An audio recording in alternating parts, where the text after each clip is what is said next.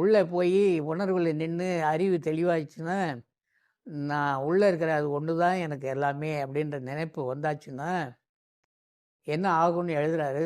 தெளிவாகிட்டார். தாய் தந்தை சதமில்லைன்றார். தன்னை மறக்கணும்.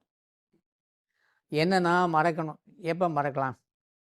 அதுதான் தன்னை அறிந்து இன்பமுற வெண்ணிலாவே ஒரு தந்திரம் நீ சொல்ல வேண்டும் வெண்ணிலாவேன்னு வள்ளலார் எழுதுவார். தன்னை அறிதல். தன்னை அறிந்த உடனே எல்லா நினைவுகளும் போயிடும். அதை என்னை மறந்தல்லோ எழுதிட்டார். உன்னை மறந்தல்லோ உளுத்த மறவானேன் தன்னை மறந்தார்க்கு தாய் தந்தை இல்லையடி தன்னை மறக்காமல் தாயாரும் உண்டானால் உன்னை மறக்காமல் என் கண்ணம்மா ஒத்திருந்து வாழேனோ. ஒத்து போகணும், ஒத்து இருக்கணும்.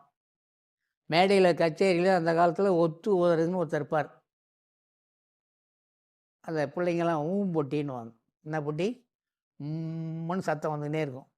அப்போது நாதஸ்வரம் மாதிரியே இருக்கும். அவர் வாயில் வச்சாருன்னா எடுக்கவே மாட்டார். ஊதினே இருக்கணும் எப்போவும். அது ஒத்து ஊதுறதுன்னு பேர். அவங்க வாசிக்கிறவங்களுக்கு ஒத்து இவர் இருந்தால் தான் அங்கே கச்சேரியே நிறைவாக இருக்கும். ஒத்து ஊதுறது. ஆக ஒத்து இருக்கிறதுனா இடைவிடாது இந்த உடம்பும் உயிரும் ஒத்து இருக்கணும். சில நேரம் உடம்பு ஒத்துக்க மாட்டேங்குது. ஆனால் உயிர் எப்போ வேணாலும் நான் ஒத்துக்கிறேன், நீ வா நீ வான்னு சொல்லிகிட்டே தான் இருக்கு உள்ளேருந்து. இந்த உடலை கொண்டு போய் அதுக்கிட்ட சேர்க்கறது இல்லை. ஏன்னா உடலுக்கு தலைவர் யாருன்னா மனம். அதை விட்டால் புத்தி. அதையும் மீறி போச்சுன்னா சித்தம் சிதைவுகள் செய்யும். அப்புறம் எல்லாத்தையும் கண்டுபிடிச்சி போயிட்டோன்னா அகங்காரம் தானாக வந்துடும். இதெல்லாம் விட்டுட்டு போனால் தான் விட்டேறி போன போது வட்டமதி பாலோரல் கண்டேன். அதனால் அன்புள்ளங்களே, எல்லா ஞானிகளும் ஒரு இடத்த தான் சொல்கிறாங்க. இந்த உலகத்தில் பிறந்திருக்கிற எல்லா ஜீவர்களும் எப்படி வாயினால் தான் சாப்பிட்றோம்.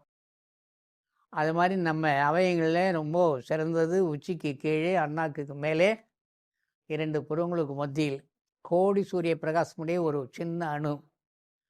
அது இவ்வளோ பெரிய உடம்பு எடுத்து வந்தது. வள்ளலார் எழுதுவார். தந்தை என்பான் ஒருவனுடைய சுகில பையன் கண் யான் வந்து அமைந்த கனப்போது தொடங்கி கனப்போது வரையிலும் என்னால் ஒருவாறு கணக்கிடப்பட்ட அப்படின்னு சொல்லி ஒரு கணக்கை சொல்லிட்டு அந்த ஒரு துளிக்குள் ஆவி உருவாக ஒளி உருவாக இருந்தீர்றார். அப்போ நீங்களும் நானும் ஆவி உருவாக ஒளி இருந்தால் உருண்டையாக அதுக்குள்ளே ஆவி அதுக்குள்ளே ஒளி. அந்த ஒளியும் அந்த ஆவியும் சேர்ந்து தான் கருமுட்டைக்குள்ளே போய் கலந்து இவ்வளோ பெரிய உடம்பு வந்து உட்காந்துட்டு பேசிகிட்டு இருக்குது. இவங்கெல்லாம் கேட்டுட்டு இருக்கிறீங்க.